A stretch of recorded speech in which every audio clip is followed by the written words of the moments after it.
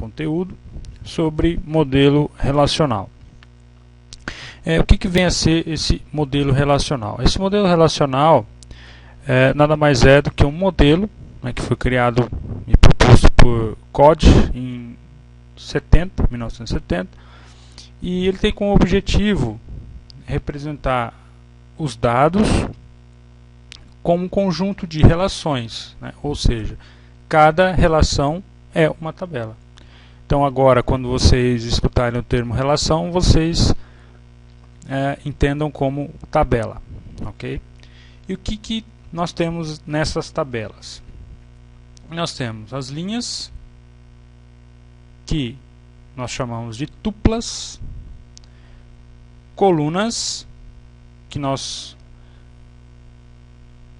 temos os atributos, e os tipos de dados, né, das colunas, dos nossos campos, né, dos nossos atributos, nós chamamos de domínio. Tá?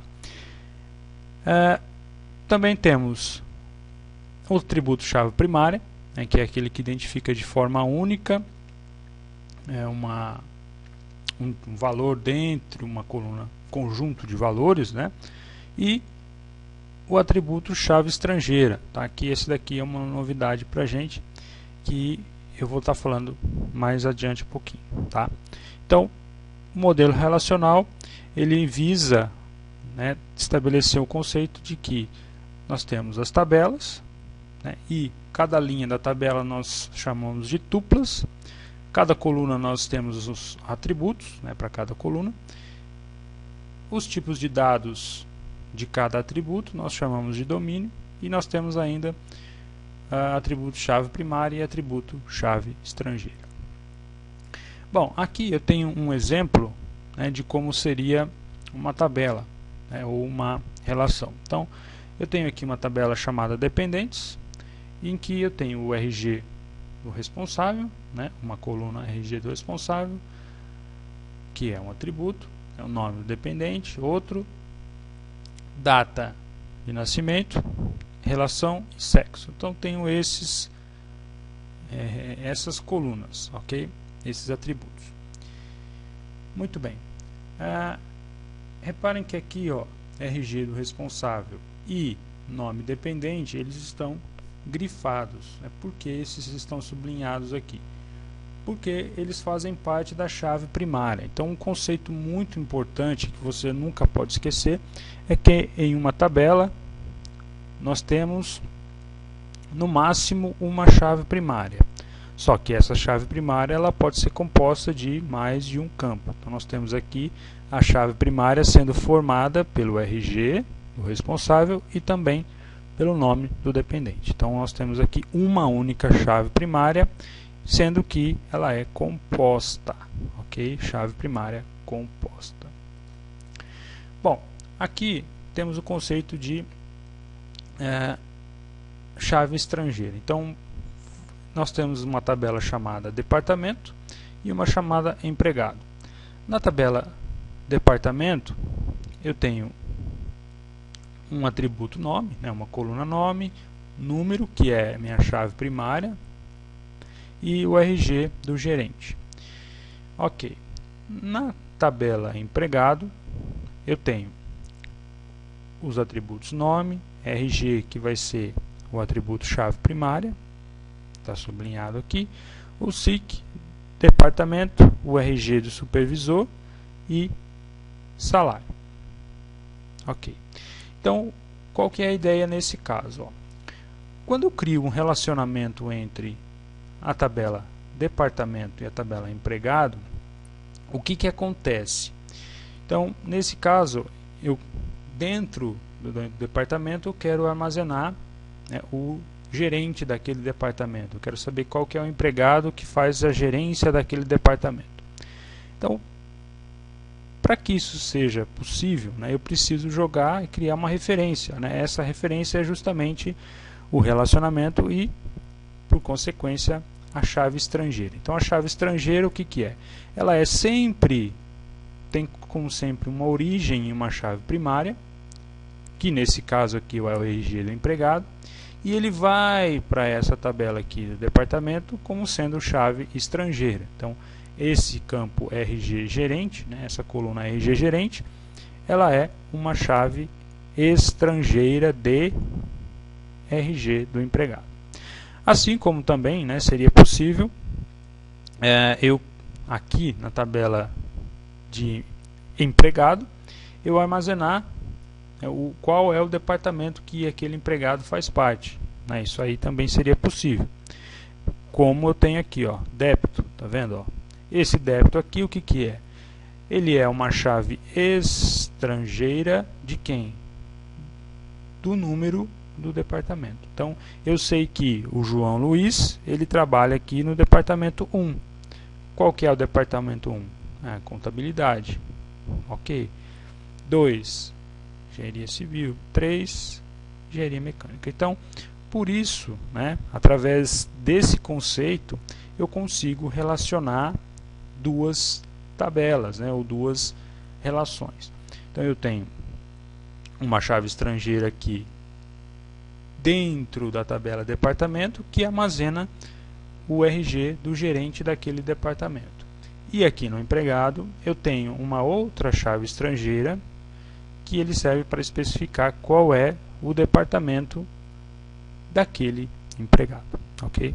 Então eu tenho um exemplo aqui de uma chave estrangeira partindo da tabela empregado, né, e chegando aqui no departamento, e uma de departamento saindo aqui da tabela departamento e chegando aqui na empregado, ok? Então esse é o conceito, tá? Então o importante é você saber o seguinte: você só pode fazer um relacionamento usando chave primária, tá? Então você não cria um relacionamento com chave com um campo que não seja chave primária, tá? Então só a chave primária participa de relacionamento, ok? Gravem isso, importante. Bom, agora como que a gente faz, né, para transportar tudo aquilo que a gente fez lá nos modelos de entidade de relacionamento, né, nos diagramas? Como que a gente faz para transportar aquilo lá para um modelo de tabelas? É para isso aqui, né? Como que a gente faz isso? Bom, para fazer isso, nós temos que seguir alguns passos, né, do primeiro até o oitavo. Tá? Então, o primeiro passo, qual que é? Primeiro, mapear entidades regulares, depois mapear entidades fracas, mapear relacionamentos 1 para 1, mapear relacionamentos 1 para N, mapear relacionamentos N para N, né, o M para N, mapear atributos multivalorados e mapear relacionamentos enários, ou seja, aqueles relacionamentos que têm uma relação entre três entidades, né, ou mais que duas ao mesmo tempo. No nosso caso, nós não fizemos, acho que, nenhum exemplo com esse tipo de relacionamento aqui. E, por último, mapear as especializações, né, tanto as disjunções como os overlaps, nós devemos tratar aqui no passo 8. Okay? Bom, o que nós vamos fazer então? Então, primeiro aqui, ó. Primeiro, mapear entidades regulares. Para cada entidade no modelo entidade de relacionamento é criada uma tabela no modelo relacional que inclua todos os atributos simples da minha entidade, e para cada atributo composto são inseridos apenas os componentes simples de cada um. Um dos atributos chaves de E, né, da minha entidade, deve ser escolhida como a chave primária da minha tabela. Então, o que está dizendo aqui? Então, para eu mapear as entidades regulares, então eu pego todas aquelas entidades regulares, ou seja, aquelas que não são entidades fracas, e faço o mapeamento delas colocando todos os atributos simples, né? Eu crio um atributo lá no modelo relacional. E aqueles atributos compostos, né, eu pego só a parte simples dele. Por exemplo, aqueles que eram endereço, né, que nós tínhamos rua, bairro e número, eu esqueço do endereço e coloco só rua, bairro, número. E dentre aqueles atributos, eu já tinha escolhido, né, uma chave primária, um atributo chave primária, e eu coloco ela como chave primária da minha tabela. Tá? Então esse é o primeiro passo. No segundo passo, mapear entidades fracas. Né? Então, aqui eu trato a entidade fraca fazendo o quê? Então, para cada entidade fraca, como entidade proprietária e no modelo entidade de relacionamento é criada uma tabela no modelo relacional, incluindo todos os atributos simples da entidade fraca. Tá? E para cada atributo composto, são inseridos apenas os componentes simples também. Exemplo da entidade regular aqui é a mesma coisa. A chave primária desta relação, que você acaba de criar, vai ser composta pela chave parcial da entidade fraca, lembra aquele tracejadinho? Chave parcial, mais a chave primária da entidade proprietária. Então aqui nós temos uma chave composta de quem? Da chave primária da minha entidade proprietária e a chave parcial da entidade fraca. Ok? Depois, o próximo passo aqui é fazer o mapeamento de relacionamentos 1 para 1. Então, para cada relacionamento, com 1 para 1, entre as entidades E1 e E2, que geram tabelas T1 e T2, devemos escolher a chave primária de uma das relações, T1 e T2, e inseri-la como chave estrangeira na outra relação.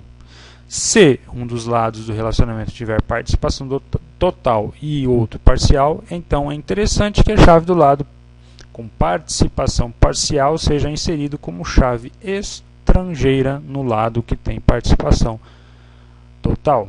Okay? Então aqui eu tenho o relacionamento entre duas entidades, né, com cardinalidade 1 para 1. Então o que eu faço? Eu pego a chave primária de uma das relações e jogo como chave estrangeira dentro da outra tabela, né, da outra relação.